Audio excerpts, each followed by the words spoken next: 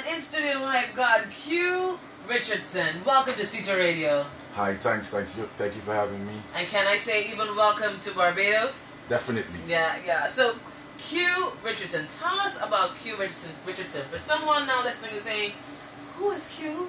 What is he doing in the studio with Marissa on the Testimony Tuesday? We're going to get to know about Q. How did Q come to find God? And what's his testimony after the test? Tell us about Q. Okay, Q basically, my full name is Quincy Richardson, aka Q. I'm a young man that loves God. I love music, I love ministry, I love people. I love young people. I'm passionate about young people and the work of God. And I've been singing for over 12 years professionally. I've been singing approximately 19 years. I have 3 studio albums.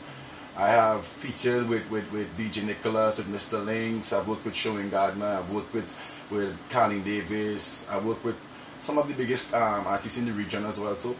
And so you got a wide foreplay for music. Basically. Having touched some of the big gospel names. Basically, yeah. And I just love God to the max, and it's just a privilege just to be here in Barbados and to be able to share my testimony and my music. Well, let's get to know Q a little more personally. Yeah, How old are you, Q?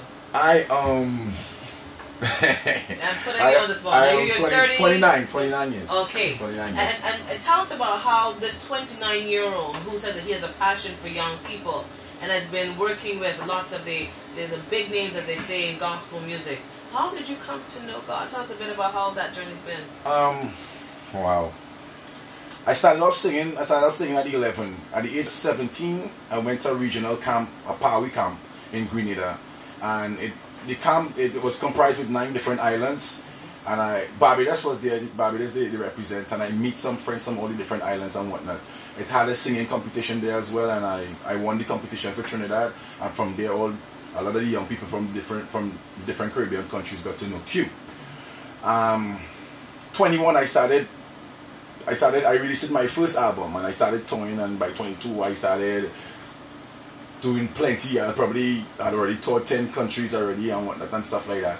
And my journey basically is that young person that just loves God, and at a young age I got a prophecy that God has called you to preach the gospel to nations and whatnot and stuff like that. And young person passionate and wanting to see this dream or this prophecy come to pass, I started to learn music. I started to sing even more.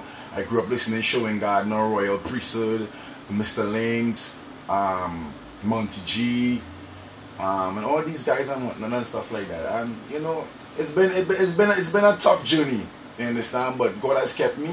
I'm here still, and all honor and glory to God. Now I want to know something, Q. Where are you from? I am from Trinidad and Tobago. Where exactly in Trinidad and Tobago? La Brea. That's where the pitch grew. Yeah, it's called the Pitch Lake. Yeah. Now you talked about going to a Power camp, and 11 years old you were singing, and 21 you released your first album, and you've been touring with some of the other gospel musicians and artists. I want to know, what has it been like when you've been producing your music? Did you ever think, maybe I could probably do bigger, better, go further, even if I was singing something else besides gospel? That has always had to play on your mind. Definitely. Excuse me. I had the opportunity to be signed to about 2 or 3 secular labels. When I was 24 years of age, I got a proposal from a label in the States, and they were willing to give me a 5 album deal for 7 years. My own condo, my own vehicle, and I think it's about $25,000 on advance. Right? It was a big opportunity, and there was one thing I couldn't say Jesus in my songs and them. I could have said God, but I couldn't say Jesus, and I was a Jesus boy. That's all I know. I grew up in Sunday school. You understand? And I had opportunities, and other opportunities came about and whatnot, but nothing felt more purposeful for me than doing what God had called me to be. Either way, I know that I would have toured and see countries. I would have got the opportunity to minister to people and to sing to people and to reach people.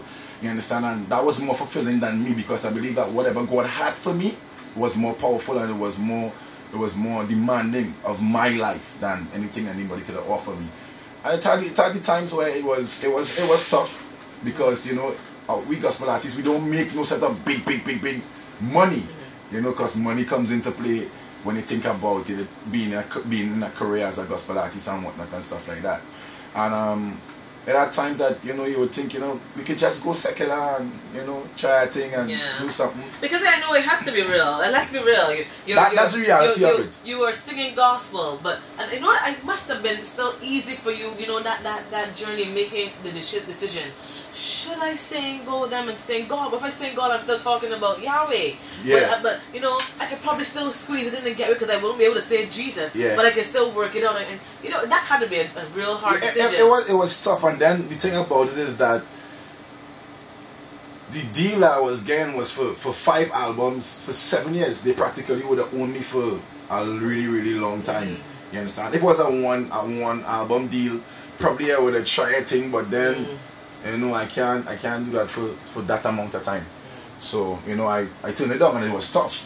You know, because at that time I was like, you know, at 24, 25, you know, who would turn down a deal like that? You know, but I'm here still. God has been great. I've done so much more from that time. And I bless God either way, you know. Well, you say you're currently on tour. How's that been going? I just came out of St. Vincent yesterday. I had St. Vincent this weekend. It was really great. It was really powerful. A lot of young people came out. A lot of lives was ministered to and blessed. So what brings you to Barbados? Actually, I'm just passing through Barbados, because this weekend coming here, I've been in Nevis for another event.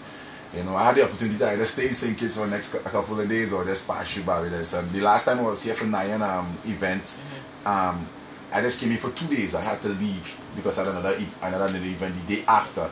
So I say, you know, I'll probably stop by and see my friends and them and talk to them, because I haven't been around Barbados for a while. No, I just slash major. I was just going to go there, because you said, you know, you talk about Power Camp. I want to ask, was this one of the youth camps, one of the Crusaders camps? One of the youth camps? Yeah, definitely. And you know, when you go to these youth camps, you can't help but to make connections. Of course. And then especially when you got WhatsApp now on Facebook, you added all of these people and you connecting with them. But those times, we didn't have WhatsApp, we had high five. Yeah. Actually, I remember